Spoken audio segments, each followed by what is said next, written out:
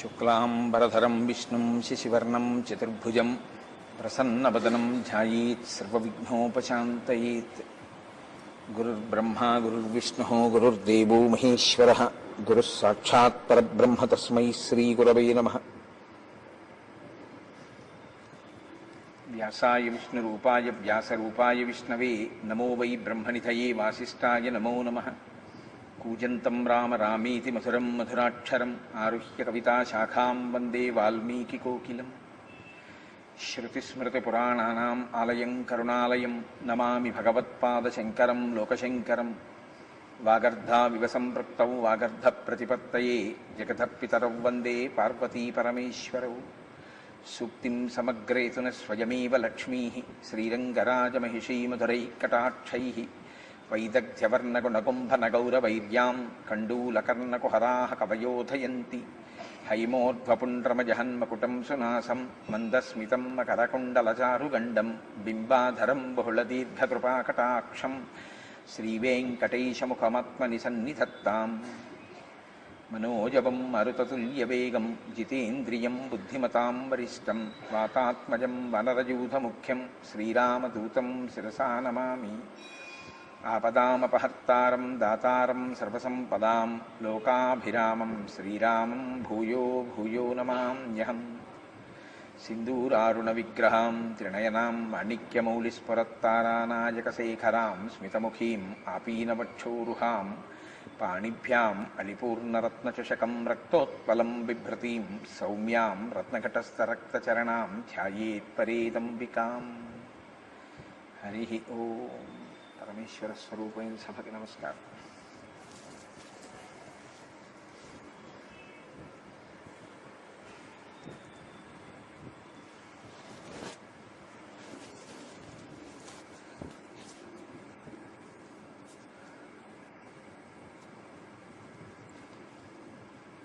నిన్న ఉపన్యాసం పూర్తి చేసే సమయానికి ధృతి, దృష్టి, మతి, దాక్ష్యము అనబడేటటువంటి 4 గుణములను ఆవిష్కరించిన వారై స్వామి హనుమ 100 యోజనముల సముద్రాన్ని గడచి ఆవలి ఒడ్డుకు వెళ్ళి తతస్సలంబస్య గిరీ సమృద్ధి విచిత్రకూటి నిపపాతకూటి ఆ లంబ పర్వతం మీద దిగినటువంటి సన్నివేశాన్ని నిన్నటి రోజున చెప్పి మీతో పూర్తి చేసి ఉన్నాను.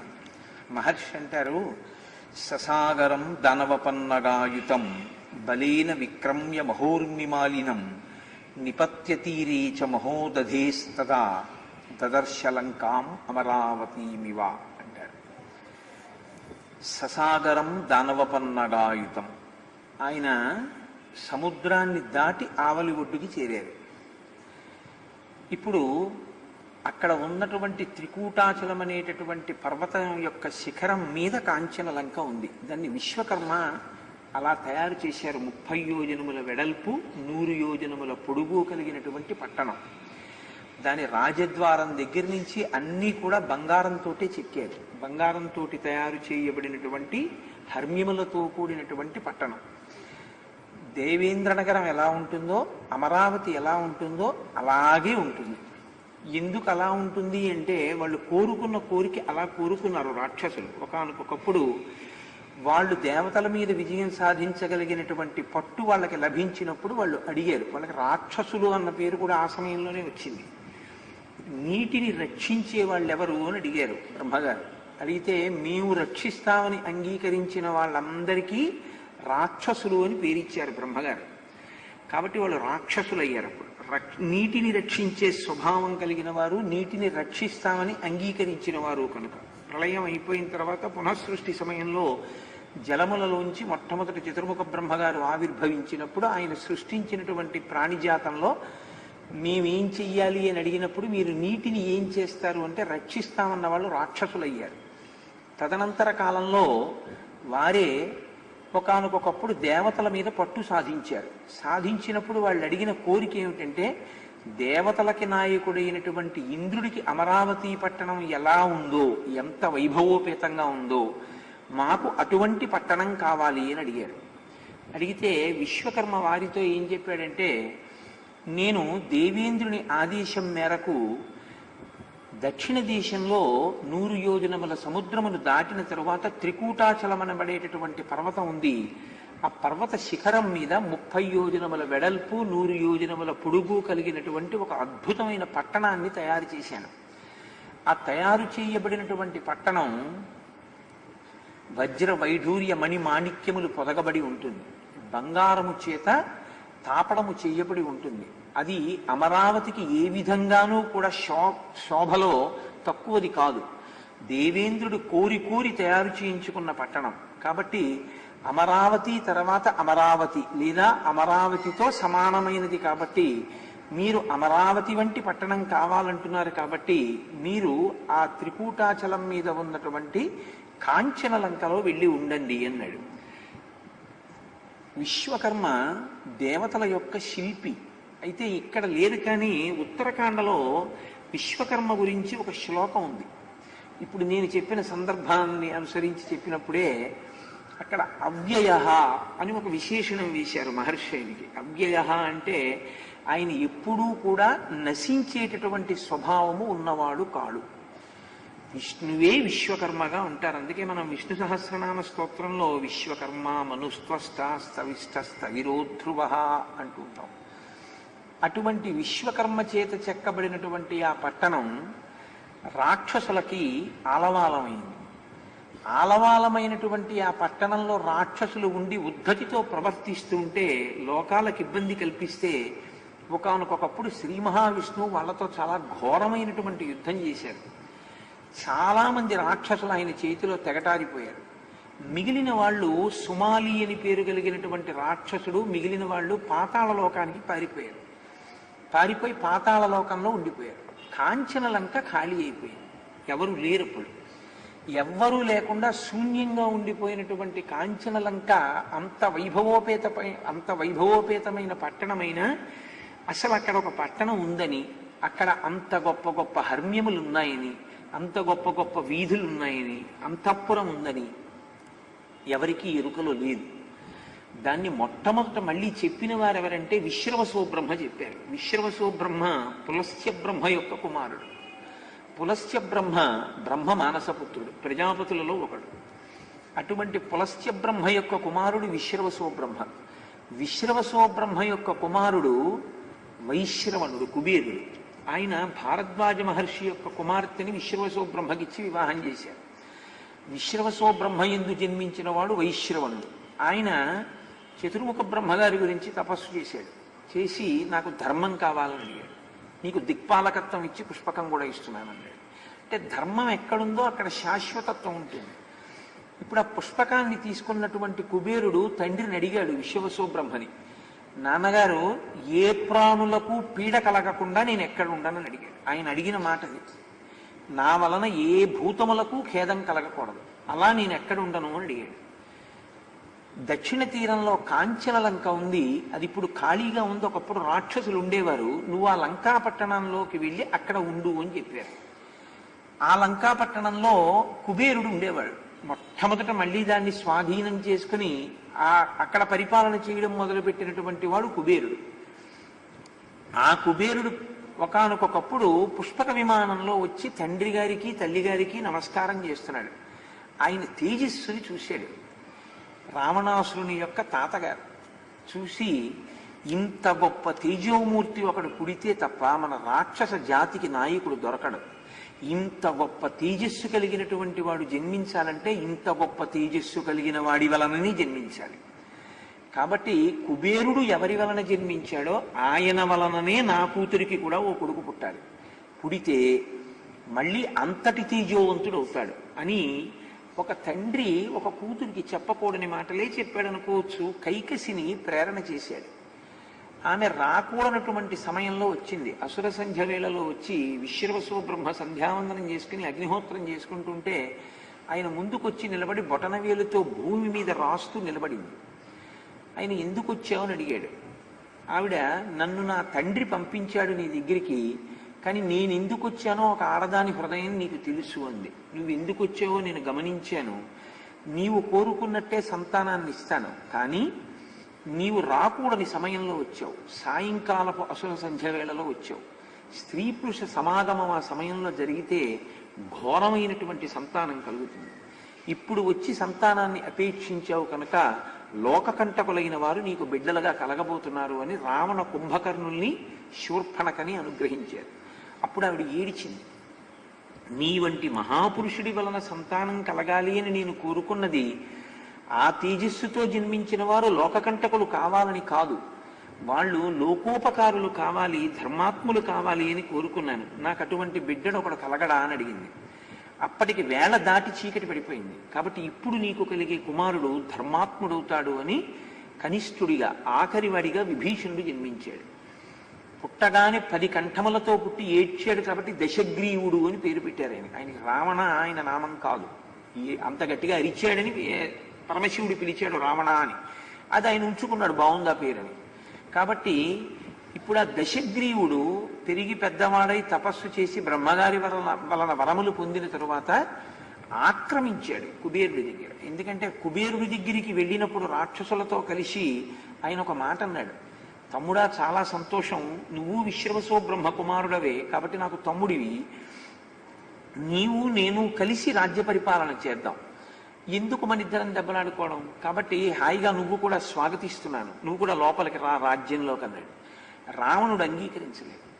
ఉంటే నేను ఉండాలి, లేకపోతే నువ్వు ఉండకుండా నేను చెయ్యాలి, కాబట్టి నువ్వు వెళ్ళిపోతావా లేకపోతే నిన్ను నిర్మూలించమంటావా అని అడిగాడు. కుబేరుడు తండ్రిని వెళ్ళి అడిగాడు విశ్రవసో బ్రహ్మని, నాన్నగారు ఏం చెయ్యమంటారో, తమ్ముడు రావణుడు కాంచన లంకను అడుగుతున్నాడు అని అడిగాడు. ఆయన అన్నాడు, వాడి అహంకారము చేత వాడు నశించిపోయే రోజులు వాడికి దగ్గర పడుతున్నాయి, కాబట్టి నువ్వు లంకని విడిచిపెట్టేసి ఉత్తర దిక్కుగా వెళ్ళిపోయి వేరొక రాజధానిని నిర్మించుకో అన్నాడు. అప్పుడు ఆయన కైలాస పర్వతం పక్కకి వెళ్ళిపోయాడు. వెళ్ళిపోయినా వెళ్ళి అన్నగారిని దండించి అన్నగారితో యుద్ధం చేసి ఓడించి పుష్పక విమానాన్ని ఎత్తుకొచ్చాడు కుబేరుడి దగ్గర నుంచి రావణాసురుడు. కాబట్టి దదర్శలంకాం అమరావతీమివ అని మహర్షండంలో అసలు ఆ లంకా పట్టణాన్ని మొట్టమొదటిసారి చూసిన వాడికి ఎవరికైనా కళ్ళు చెదిరిపోలిసింది. అది అంత తేలికేం కాదు. అది హనుమ కాబట్టి తట్టుకున్నారు, కానీ అసలు హనుమ కాబట్టి ఆలోచించారు, కానీ అసలు ఎందుకు వచ్చాడో జ్ఞాపకం రావడం కష్టం, ఎవరికీ జ్ఞాపకం రాదు. ఎందుకంటే మహర్షి ఎన్ని శ్లోకాలు రచన చేశారో, 1, 2 కవు, ఎన్ని శ్లోకాలు ఇచ్చారో, అది కూడా ఆ శ్లోకాలు కూడా బహుభంగిమల చిత్రంగా ఉంటాయి. కొన్ని మహర్షి చెప్పినవి, కొన్ని హనుమ చూస్తున్నప్పుడు ఎలా కనపడ్డాయో చెప్పినటువంటి శ్లోకాలు. అరువులు అలా ఉంటాయి, చెట్లు అలా ఉంటాయి, ఇళ్ళు అలా ఉంటాయి, ప్రాకారములు అలా ఉంటాయి, వీధులు అలా ఉంటాయి, రక్షణ అలా ఉంటుంది. కొన్ని వేల కోట్ల రాక్షసులు అక్కడ ఉంటారు. ఆభిచారిక హోమాలు చేసేవాళ్ళు ఉంటారు, వాళ్ళు కేవలం ఎప్పుడూ మంత్రభాగం చేస్తుంటారు, వాళ్ళు తలుచుకోగానే ఆ అగ్నిహోత్రాన్ని ప్రయోగిస్తారు.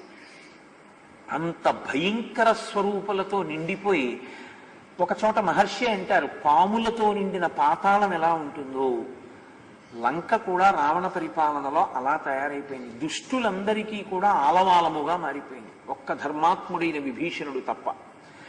అటువంటి సమయంలో అసలు ఆయన 100 యోజనముల సముద్రాన్ని దాటి ఆవలి ఒడ్డుకి వెళ్ళి నిలబడి చూడగానే అమరావతిలా కనపడింది అంటే అందులో ఆశ్చర్యం లేదు. ఎందుకనంటే వాళ్ళ కోరికదే, అమరావతి లాంటి పట్టణం కావాలనే వాళ్ళు అడిగారు. కాబట్టి అమరావతిలాగే ఉంటుంది ఆ కాంచన లంక. అటువంటి లంకా పట్టణాన్ని చూసినప్పుడు మీరు ఒకటి కొంచెం జాగ్రత్తగా గమనించండి. సుందరకాండ యొక్క గొప్పతనాన్ని మీరు 2 కోణములలో చూడవలసి ఉంటుంది ఇక్కడ సర్గల్లో. ఒకటి బాహ్య సౌందర్యం, లంక యొక్క బాహ్య సౌందర్యం. ఇప్పుడు మనం ఒక అద్భుతమైన మేడ గురించి ఏదో విన్నాం అనుకోండి, ఇంటికి రాగానే ఏం చెప్తాం అంటే, అబ్బాయి ఎంత బాగుంది అనుకుంటున్నావు వాళ్ళ ఇల్లు అని మొదలు పెడతాం. అక్కడ చిత్రం ఏమిటంటే మహర్షి ఒక తివాచీని కూడా విడిచిపెట్టలేదు. అంటే మీరు ఆలోచించండి, ఒక తివాచీ గురించి కూడా ఒక శ్లోకం చెప్పవలసిందే. అక్కడ ఏది విడిచిపెట్టడానికి లేదు. అంతటి బాహ్య సౌందర్యం, అంతటి సౌందర్యం కలిగినటువంటి లంకాపట్టణంలోకి ప్రవేశించి చూస్తున్నవాడి దృష్టి దాని మీద నిలబడిపోతుంది. అది ఒక సౌందర్యం. రెండవది, అక్కడ ఉన్నటువంటి స్త్రీలు, అన్ని రకాలైనటువంటి వాళ్ళు లంకాపట్టణానికి తీసుకొచ్చాడు. వారిని చూడకూడని రీతిలో చూశారు హనుమ. ఒంటి మీద నూలు పోగు లేని వాళ్ళని కూడా చూశారు, ఎందుకంటే రాత్రి వెళ్ళారు. సౌందర్యమునకు ఆటపట్లు వాళ్ళు. ఈ మహర్షి మాటలలో చెప్పాలి అంటే అసలు కొన్ని కొన్ని శ్లోకాలు చెప్పడం కూడా కష్టంగా ఉంటుంది, కొన్ని చదువుకుని మీరు అనుభవించవలసి ఉంటుంది. పురుషులకు సుఖమివ్వడంలో అత్యంత సమర్థత కలిగినటువంటి మెరుపు తీగల వంటి స్త్రీలు ఒంటి మీద బట్టలేని వారు చూడబడినారు అని రాశారు మహర్షి. అప్పుడు కనుచూపు తప్పించి ఈమె సీత కాదు అని విడిచిపెట్టి వెళ్ళిపోగలిగారు. అది ఆయన సౌందర్యం.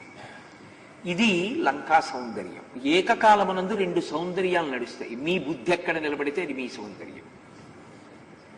అది మీకు పరీక్ష. సుందరకాండ జరిగేటప్పుడు సుందరకాండ సర్గలన్నీ జరిగిన శ్లోకాలన్నీ గుర్తున్నాయనుకోండి, మీ బుద్ధి అక్కడ సౌందర్యాన్ని అనుభవిస్తుంది. మీ బుద్ధి హనుమద్వైభవాన్ని అనుభవించగలిగింది అనుకోండి, మీ బుద్ధి పరిపక్వత చెందుతోంది. కాబట్టి సుందరకాండ చాలా గమ్మత్తైనటువంటి కాండ. కనుక ససాగరం ధనవపన్నగాయుతం బలేన విక్రమ్య మహోర్మిమాలినం నిపత్య తీరీచ మహోదధేస్తథా దదర్శలంకాం అమరావతీమివ. సముద్రం పక్కన ఉన్నటువంటి పర్వత శిఖరం మీద ఉంది లంక. కాబట్టి ఇప్పుడు యదీచ్ఛగా ఆ సముద్ర కెరటములు ఎప్పుడు వచ్చి కొడుతుంటాయి. ఎక్కడ బయలుదేరారు హనుమ? దక్షిణ సముద్రపు ఉత్తర తీరంలో బయలుదేరారు. దక్షిణ సముద్రపు ఉత్తర తీరంలో బయలుదేరి సముద్రాన్ని దాటి దక్షిణ తీరానికి చేరుకుంటే లంక కనపడింది. దక్షిణ తీరానే ఉండేది లంక. మీరు ఎప్పుడు బాగా ఈ మాటని జ్ఞాపకం పెట్టుకుని చూడవలసి ఉంటుంది. సుందరకాండలో లంక ఎక్కడుంటుంది? దక్షిణ తీరంలో ఉంటుంది. అయోధ్య ఎక్కడుంటుంది? సరయూ ఒడ్డునుంటుంది. హిమాలయాలు ఎక్కడ ఉంటాయి? ఉత్తర దిక్కునే ఉంటాయి. కైలాసం ఉత్తర దిక్కునే ఉంటుంది. ఉత్తర దిక్కున కూర్చున్నవాడు దక్షిణ దిక్కును చూస్తుంటాడు. దక్షిణాన్ని నుంచి ఉత్తరానికి నమస్కారం చేసిన వాడికి మృత్యు భయం లేకుండా చేయగలిగిన వాడు మృత్యుంజయుడు అక్కడ కూర్చుని దక్షిణాన్ని చూస్తాడు, దక్షిణామూర్తిగా. మన వాళ్ళు ఏది మాట్లాడినా చాలా వైభవోపేతంగా ఉంటాయి ఆ మాటలు. ఇప్పుడు దక్షిణ తీరాన లంక ఉన్నది అంటే దీంట్లో ఒక చమత్కారం ఉంది. ఎప్పుడూ కూడా దక్షిణం అనేటటువంటిది యమధర్మరాజు గారి యొక్క దిక్కు. దక్షిణానికి తిరిగి నమస్కారం చేస్తే యమధర్మరాజు గారి యొక్క అనుగ్రహం కలుగుతుంది. యమధర్మరాజు గారి అనుగ్రహం కలిగితే ఏం చేస్తుంది? ఆయన చేయగలిగింది ఆయన చేస్తాడు కదా. కాబట్టి యమధర్మరాజు గారి యొక్క సదనాన్ని చేరుకోవాలన్నా, శరీరము రోగగ్రస్తము కావాలన్నా దక్షిణ దిక్కుకి తిరిగి ఎక్కువ నమస్కారం చేయాలి. రోగం వస్తే బాగుండు అనుకున్నారనుకోండి, దక్షిణ దిక్కుకి ఎక్కువ నమస్కారం చేయాలి. అంటే అదే యమధర్మరాజు గారికి ఇంకో శక్తి కూడా ఉందండో. ఆయన అనుగ్రహిస్తే రోగం లేకుండా కూడా చేస్తాడు. కానీ సాధారణంగా దక్షిణ దిక్కుకి తిరిగి చేస్తే వచ్చేటటువంటి ప్రయోజనం మాత్రం ఒక గృహస్థు కోరుకోకూడనిది కనుక దక్షిణ దిక్కుకి నమస్కారం చెయ్యవద్దని చెప్తారు పెద్దలు. పెద్దలేమి ఎక్కడైనా అంతే. నిన్న మీరు సుందరకాండలో విన్నారుగా, అంజలిన్ ప్రాముఖ కుర్వన్ పవనాయాత్మయోనయే. తూర్పు దిక్కుకి తిరిగి నమస్కారం చేశారు తప్ప దక్షిణానికి ఎడుతూ దక్షిణానికి నమస్కారం చేయలేదు. ఇది మీరు తెలుసుకోవలసిన విషయం. ఎందుకో తెలుసా అండి? నమస్కారం చెయ్యడం ప్రధానం కాదు. నమస్కారం చేసేటప్పుడు మీ నమస్కారం ఎవరికి చేద్దామనుకున్నారో వారికి అందే ప్రయోజనం మీకు వస్తోందా లేదా ప్రధానం. మీకు నేను ఈ సందర్భంలో ఒక మాట చెప్పవలసి ఉంటుంది. ఒక జగద్గురువు దగ్గరైనా సరే మీరు దక్షిణ దిక్కుకి తిరిగి నమస్కారం చేస్తే ఆయనకి వెళ్ళదా నమస్కారం?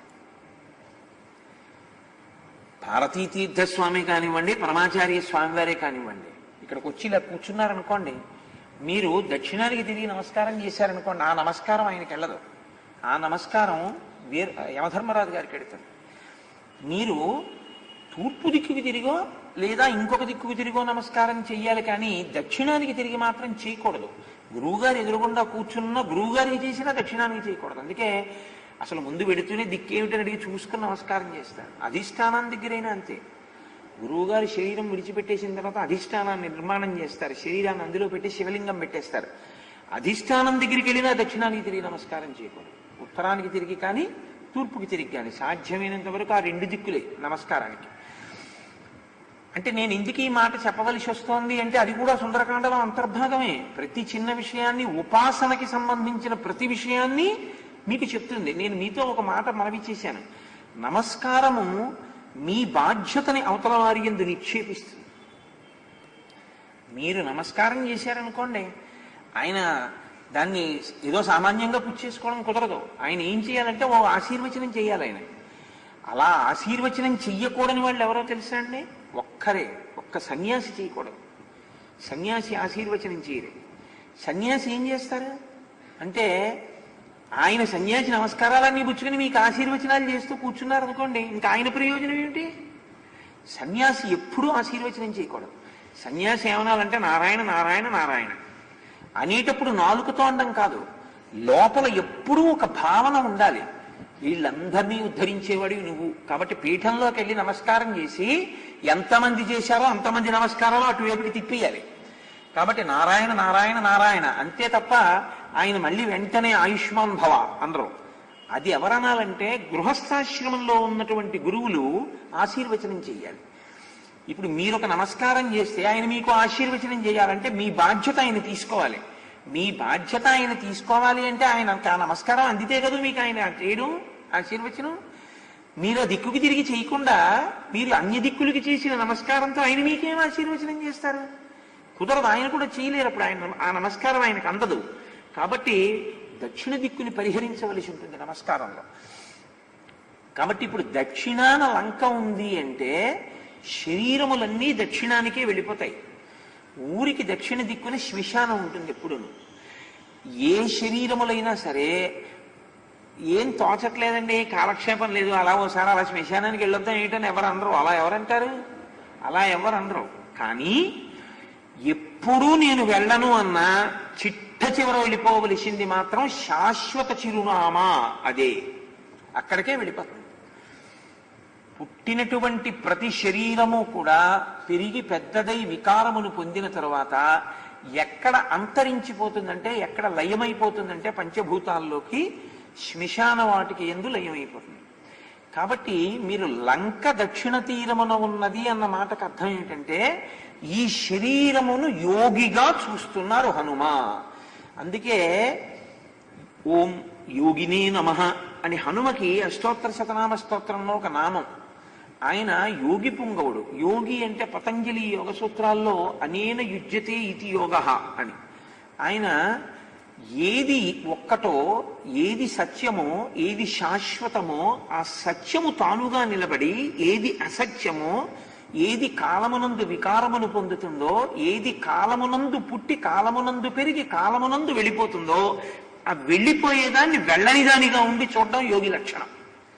మీరు పట్టుకున్నారో లేదో? మనం వెళ్ళిపోయేది మనం అనుకుంటాం, వెళ్ళనిదేదో అది తెలుసుకుని అది నేనని నిలబడతాడు. అంతే తేడా యోగికి మనకి. ఎన్నాళ్ళు బ్రతకనివ్వండి, ఎంత పక్కింటి వాడు వెళ్ళిపోనివ్వండి, తండ్రి గారు వెళ్ళిపోనివ్వండి, తాతగారు వెళ్ళిపోనివ్వండి, తల్లిగారు వెళ్ళిపోనివ్వండి, ఇన్ని తద్దినాలు పెట్టనివ్వండి, వాళ్ళు వేరేళ్ళు వెళ్ళిపోయారు, మనం వెళ్తాం ఏంటంటే.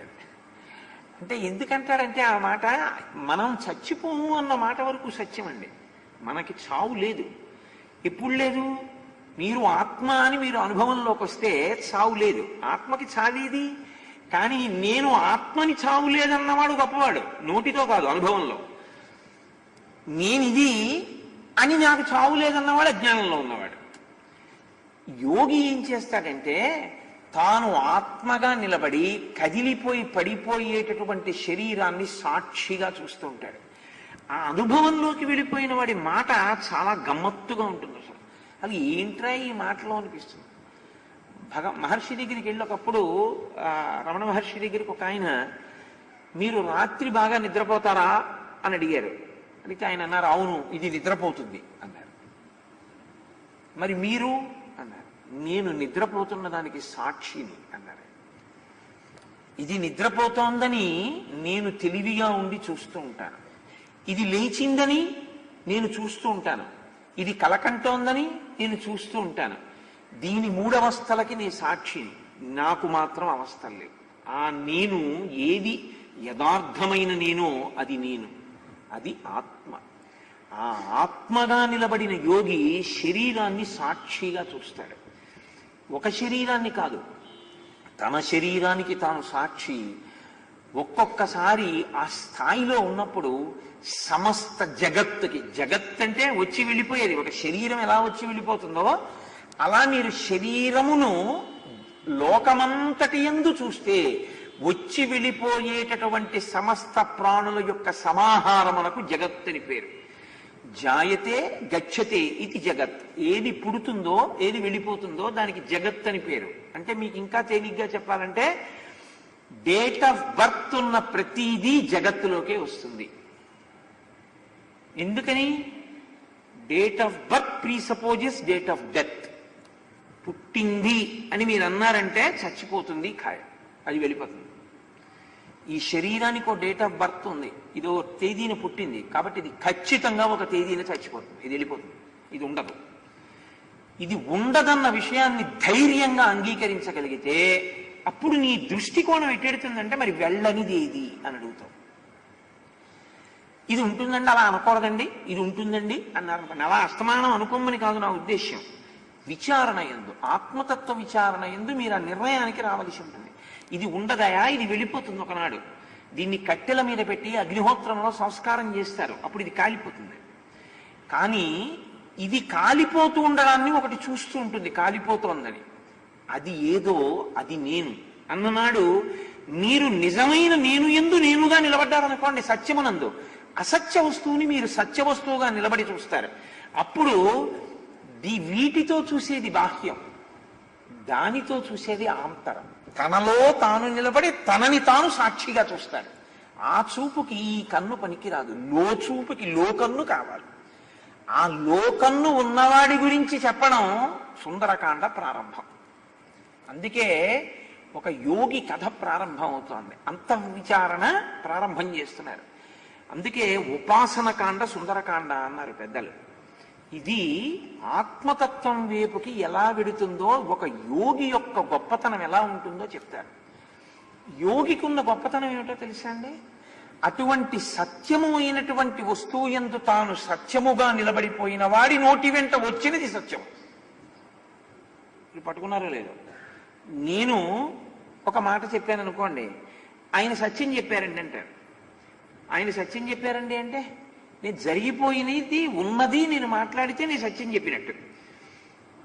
యోగి సత్యం చెప్పడం కాదు, ఆయన చెప్పింది సత్యం అవుతుంది. 100 ఏళ్ళ ఆయుర్దాయం అని బ్రహ్మగారు రాశారనుకోండి, ఆయనకి ఏదో చికాకు వచ్చింది, నువ్వు కుక్క ఓదువుగాక అన్నాడు, అయిపోతాడు అంతే వెంటనే కుక్క. అంటే బ్రహ్మగారు 100 ఏళ్ళు రాశాడుగా. బ్రహ్మగారు రాసిన లలాట లిఖితము ఆయన నోటి వెంట వచ్చిన మాట ముందు నిలబడదు, ఆ మాట సత్యం అయిపోతుంది అంతే. అంటే తాను సత్యముగా నిలబడిపోయిన వాడి నోటి వెంట వచ్చినది సత్యమైపోతుంది.